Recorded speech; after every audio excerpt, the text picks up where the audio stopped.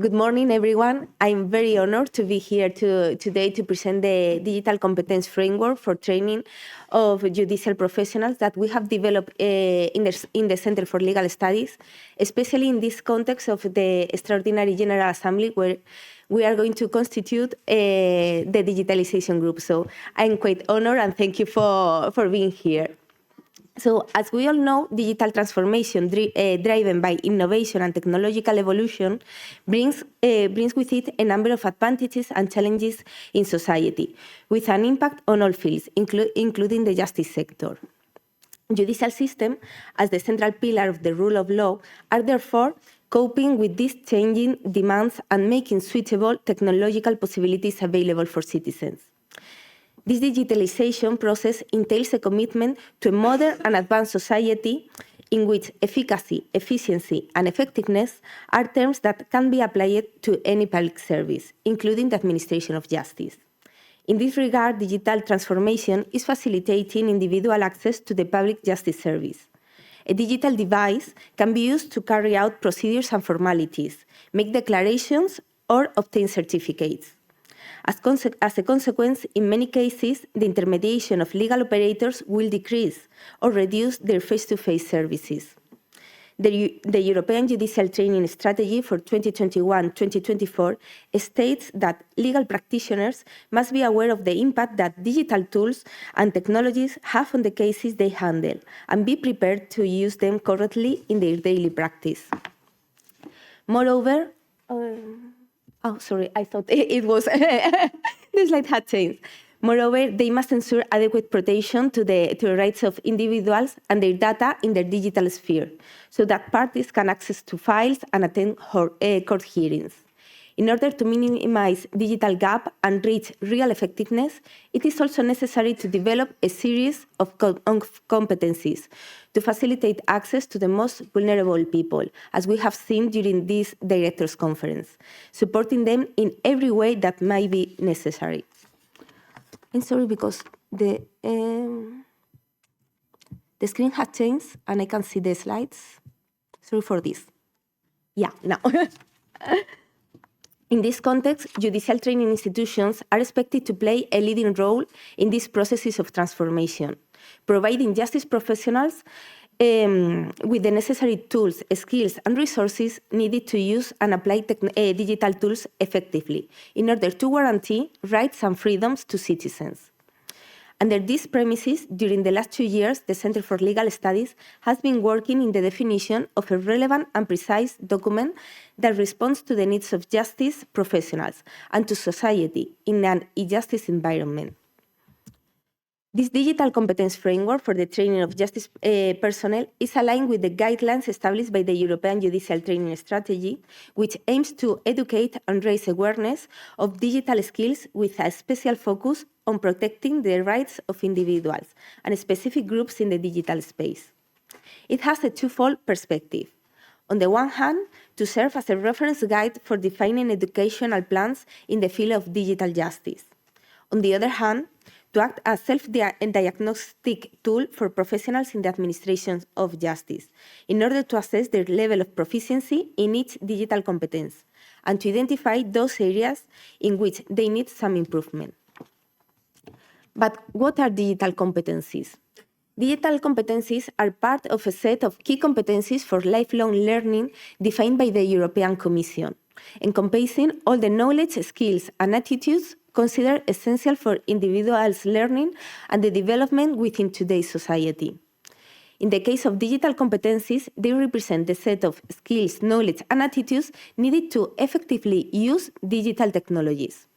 This approach not only involves possessing technical skills, but also having a critical understanding of digital technologies, the ability to change adoption, and also the willingness of learn and continuously improve in the digital environment. With the definition of a digital competence framework for the training of justice personnel, we aim the following goals. First of all, as we have already seen, to identify all the knowledge, skills, and attitudes required for justice personnel to carry out their duties in an environment that is subject to digital transformation processes. The second one is to establish a common system for the promotion of digital skills in the judicial sector. The third one, to guide development of training activities in the field of digitalization and across the various legal professionals. And last but not least, to guarantee citizens' rights and freedoms in their relationship with the justice in digital environments. This framework is defined broadly in order to reach all players and stakeholders in the public justice service. It aims to serve as a guide for the definition of training plans in the field of justice, tailored to the specific skills required for each profile. It is also intended to serve as a self-diagnostic tool for anyone interested in assessing their own level of aptitude in the various skills and working on any aspects they need to develop. So what's the methodology we have followed to reach this document? So for the development of this document, besides for the Digital Competence Framework for Citizens developed by the European Commission, other digital competence plans aimed at a specific group has been used as a reference, such as the specific framework for educators or the Spanish public employees. The first step taken was to identify and understand all the needs of the justice professionals regarding the training in digital competencies and adapt these needs to each role for judges, prosecutors, court staff. To get a complete view, we analyzed not only the aforementioned digital competence frameworks, but also all the European initiatives related to justice digitalization, as well as the Spanish national legislation in this field. Therefore, the digital competence framework presented today is aligned with the European guidelines on digital training for justice personnel and with the digital transformation processes within the Spanish judicial system. Following the analysis phase, the actual development of digital competence framework was undertaken. First, key competencies for the justice sector were identified, encompassing the skills, knowledge, and attitudes required for justice personnel to carry out their specific roles and responsibilities effectively. Once the various key competencies were identified, they were grouped into specific competence areas. Next, different competence levels were identified to describe the progression in the acquisition of digital skills, reflecting the growth and the development of competencies. Finally, each of the defined competencies was described in terms of clear and understandable descriptor, outlining the knowledge, skills, and attitudes required for each competency at each skill level. The next phase consisted on obtaining validation and feedback from the justice sector. To get it, during the months of June and July this year, we presented it to different groups of experts, and we also launched a public consultation. Therefore, we checked the framework proposed was relevant and accurate for its purpose. Finally, the digital competence framework must be translated into specific training plans that allow justice professionals to acquire and develop all the digital competencies described in it, and which are considered essential for their work in the field of justice. It is also crucial to keep the digital competence framework updated and to review it periodically, in order to adapt it to technological and regulatory changes, as well as any emerging sector demands. So what's the structure? I know it's very small, but you can consult the full document in English. We are going to share after the conference. Sorry for that. Too much information is added. So this framework takes as a reference the structure, terminology, and the competency levels used in the documentation already produced in this field. The framework presented here comprises 5 competence areas related to the use of ICT technologies in the judicial context. The first one is digital rights and responsibilities. The second one is digital justice environment. The third one is accessibility and citizen service. The fourth one is digital transformation and change management. And the final one, the fifth, is security and sustainability. Each competence area includes a series of competencies related to that specific area, forming a complete framework composed of a total of 23 digital competencies for the training of justice personnel. Each of the aforementioned competencies is defined and divided into 4 levels of proficiency that allow the identification of a user's expertise in a specific digital competency. These levels range from A to D, which means from basic to expert. Inspired by the structure and the vocabulary of the digital competence frameworks aforementioned, the progression in acquiring these competencies is described in 3 different areas: the complexity of the tasks, the autonomy and the need of guidance to carry them out, and the cognitive domain indicated by the use of action verbs following the Bloom's taxonomy. The levels of competence development are assigned based on the characteristics of each knowledge area and the complexity of their respective tasks. So now I'm going to explain a little bit each of the competence areas. The first one, the digital rights and responsibility area, focuses on the rights and responsibilities of individuals have in the justice digital environment, ensuring a responsible, ethical, and secure use of information and communication technologies.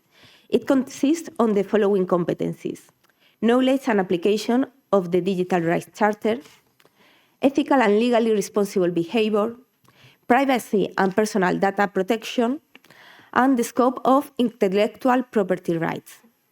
The second one is the digital justice environment. It includes competencies related to remote work, electronic identification mechanisms, management of e-files, or data-driven processing.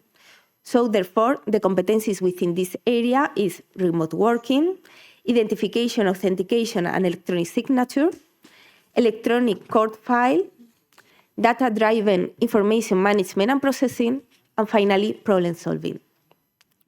The third of the areas is accessibility and citizen service. This area addresses all those competencies needed to ensure universal and equitable access to digital justice, regardless of individual characteristics or circumstances.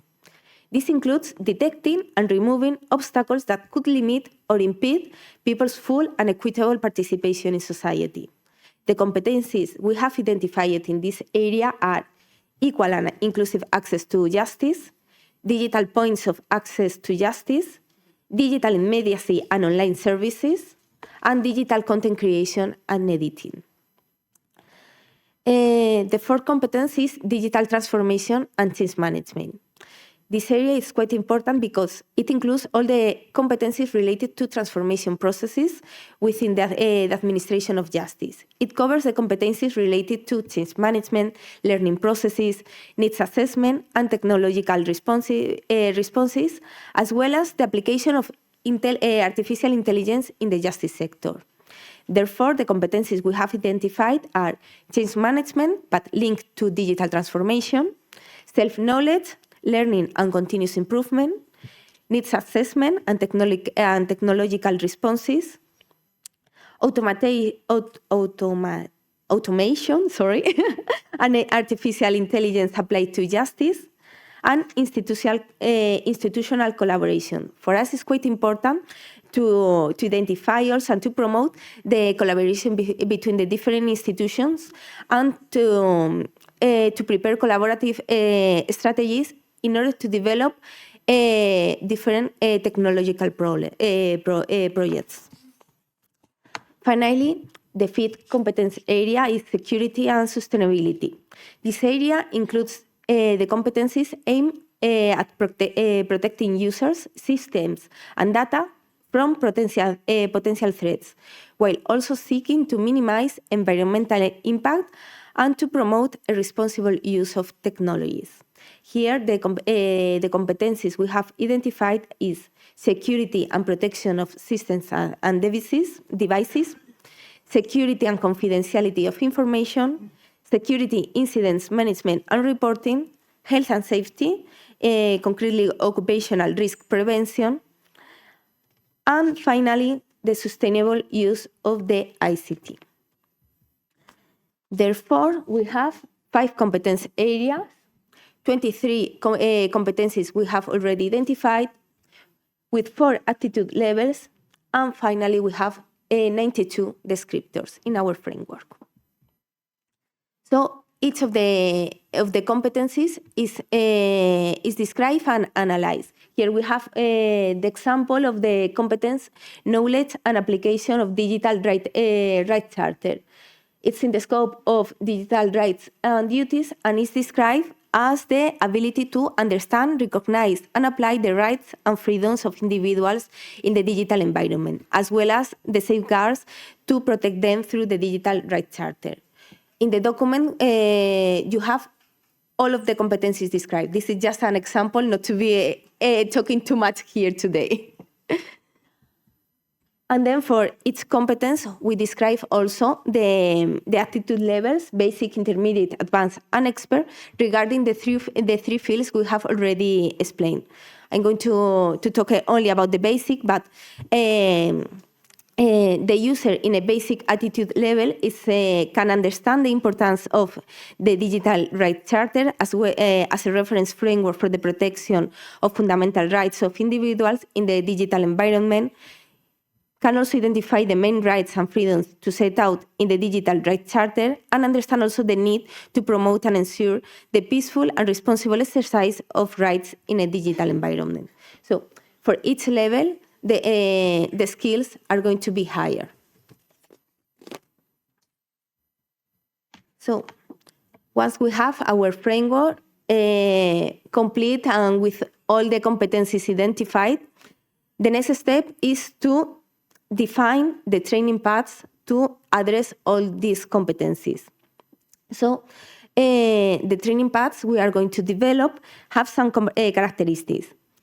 These plans will be a program, an ordered set of training activities that address each of the digital competencies we have already identified. And also, all the competencies included in the framework will be approached on a transversal and continuous way, adapted to each competency profile. Regarding the structure, 5 training paths will be developed for training in digital competencies, one for each competence area of the framework we have identified. These paths will be composed of as many modules as competencies are included in the corresponding area. The modules will be comprised also of courses corresponding to the 4 proficiency levels established in the framework, ranging from level A, basic, to level D, expert. So this would be more or less the structure of the training path. We are in this. This is the moment where we are now, defining this path.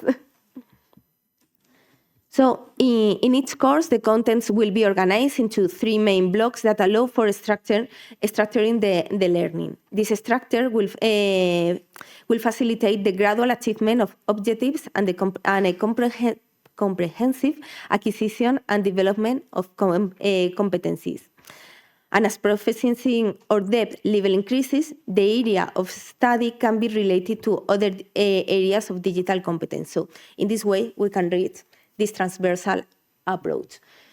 So here, on the right side, you have an example of what would be the basic level of the digital charters, the digital rights charter.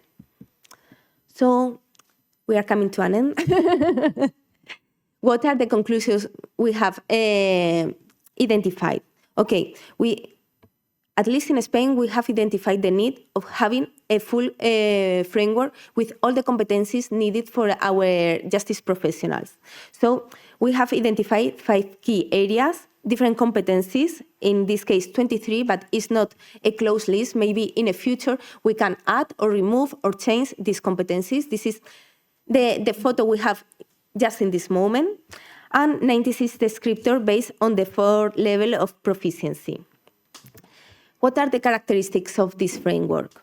So we are very proud of it because it's flexible and adaptable. This is the case of Spain, having an European overview, but it's adapted also to the Spanish legislation. But we think it's flexible and can be used as a model for any other judicial system or to any other countries. And it's also very adaptable because it has a very broad view. So it can adapt to any of the justice professional profiles. So it can be for judges, for prosecutors, for court staff, even for other justice professionals. It's aligned with digital training guidelines for justice professionals, concretely with the European training guidelines. It establishes also the basis for the development of specific training plans. And it's also really useful for a self-assessment, evaluation, and also to get certification in different digital competencies. So that's all. Thank you very much for your attention.